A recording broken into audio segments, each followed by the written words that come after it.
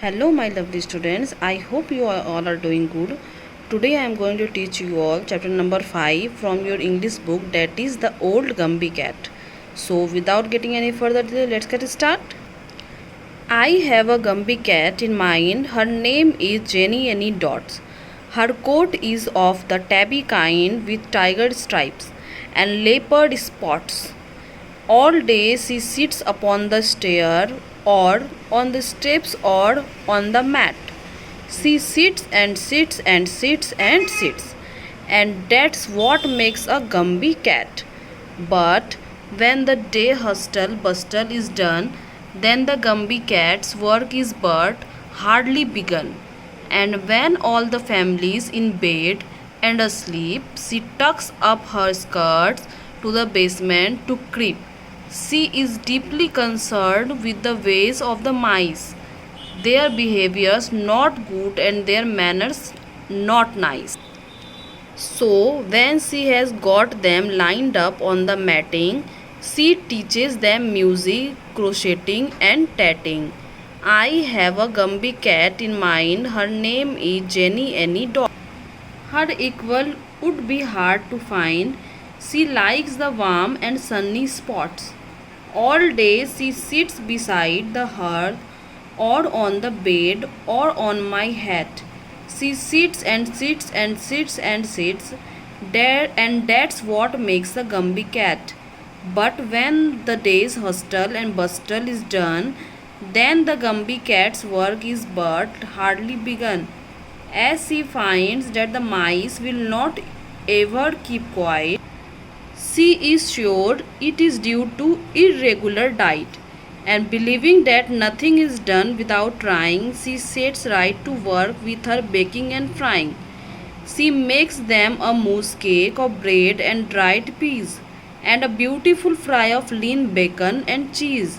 So, for old Gumby cats, let us now give 3 cheers on whom well ordered households depend, it appears, by T.S. Eliot.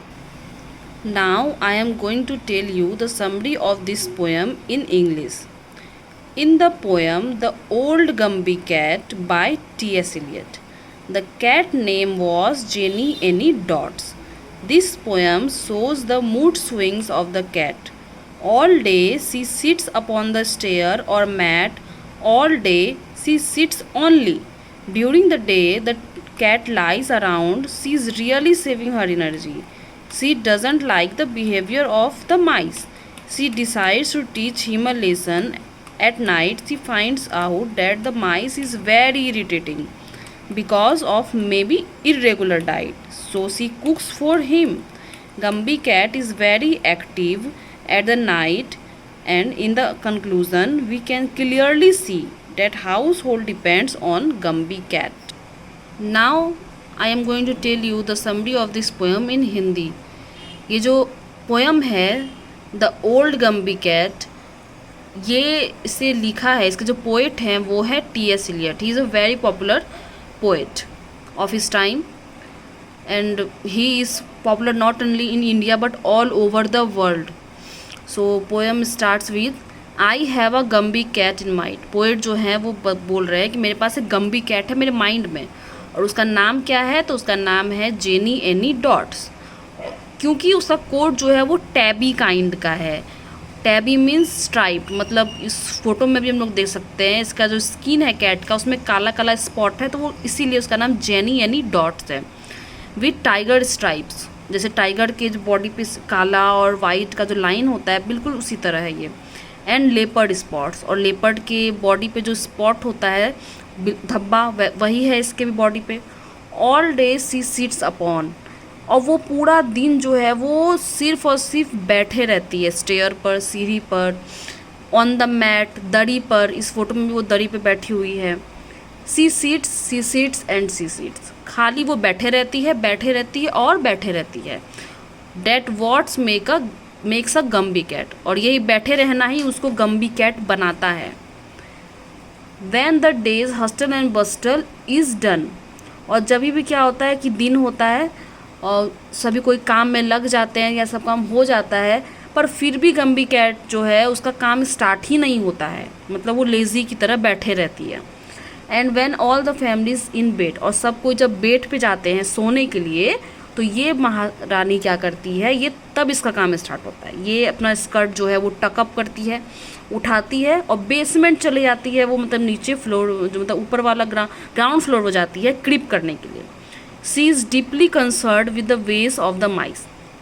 उसको mice जो है, चूहा, उसका जो है उसको बिहेवियर पसंद नहीं आता है, बहुत ज़्यादा इरिटेटिंग लगता है उसको कैट को।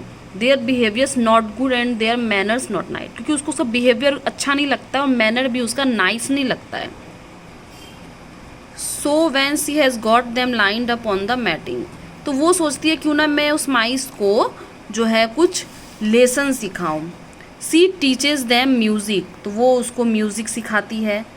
क्रोशेटिंग means a way of making clothes, मतलब कपड़े जो है उसको बनाना सिखाती है वो माइस को। And tatting means a kind of noted less made by hand, एक लेस होता है जो कपड़े में लगाया जाता है हाथ से, वो भी उसको वो सिखाती है, मतलब वो ट्यूटर बन जाती है। I have a Gumbie cat in mind, तो पोइट जो है वापस वो लाइन रिपीट करता है, उसका नाम जेनी डॉट्स है। Her equal would be hard to find, उस गम्बी कैट के इक्वल का अगर हम लोग कुछ और ढूंढेंगे कैट, तो वो हार्डली हमें मिलने वाला है। She likes the warm and sunny spots, इस गम्बी कैट को गर्म जगह पसंद है। All day she sits beside the hearth और ऑन द बेड, पूरा दिन जो है वो तो हाथ के पास बैठी रहती है। Hearth means the place where you have an open fire in the house, जहाँ पे आग जो है वो जलते रहता है, घर के मतलब खुले जगह में वो जलते रहता है। घर में ही एक होता है बना हुआ, अक्सर वो फॉरेन कंट्री में, फॉरेन घर में देखा जाता है, उस एक एरिया बना रहता है, उसमें वो आग जो है वो जलते रहते हैं, वो वहीं पे उस मतलब अक्सर वो उसी के पास बैठे रहती है। या फिर ऑन माई हैट, या फिर पोइट के हैट के ऊपर। सी सीट्स एंड सीट्स, मतलब पूरा दिन बैठे रहती है, यही बैठना उसको गम्बी कैट बनाता है। But when the days hustle and bustle is done then the Gumbie cat is hardly begin, मतलब जब दिन चढ़ता है तो सबका काम होता है, सब कोई काम करते हैं, पर इसका जो है वो काम ही नहीं होता है। तो जैसे रात होती है माइस जो है इसको इरिटेटिंग करता है, तो she sure it is due to irregular diet, तो ये कंफर्म रहती है कि जो माइस जो है वो इसीलिए नाटक कर रहा है क्योंकि उसको डाइट जो है वो प्रॉपर नहीं मिली है, खाना जो है वो प्रॉपर नहीं मिली है। That's why he is starting doing nonsense and believing that nothing is done without trying, और उसको लगता है ये कि अब जरूर उसको माइस के लिए कुछ करना चाहिए ताकि वो अब रिलैक्स रहे, गम्बी कैट जो रिलैक्स रहे। तो वो क्या करती है, वो मूस केक बनाती है माइस के लिए, क्या चीज़ का, ब्रेड और ड्राइड पीस का, सूखा हुआ मटर का। And a beautiful fry of lean bacon and cheese, bacon बनाती है वो चीज़ से। So for old Gumbie cats let us now give 3 cheers, तो ओल्ड गम्बी कैट के लिए हमें 3 चीयर्स मतलब अप्रिसिएट करना चाहिए उसको। किस लिए, इसलिए on home will order household depend it appears, इसीलिए क्योंकि पूरा जो घर है household depends on Gumbie cat, पूरा घर जो है वो गम्बी कैट पर ही डिपेंड रहता है। So that's all for today, I hope this video will be helpful for you. We will meet in our next video. Till then, stay safe, stay home. Good luck.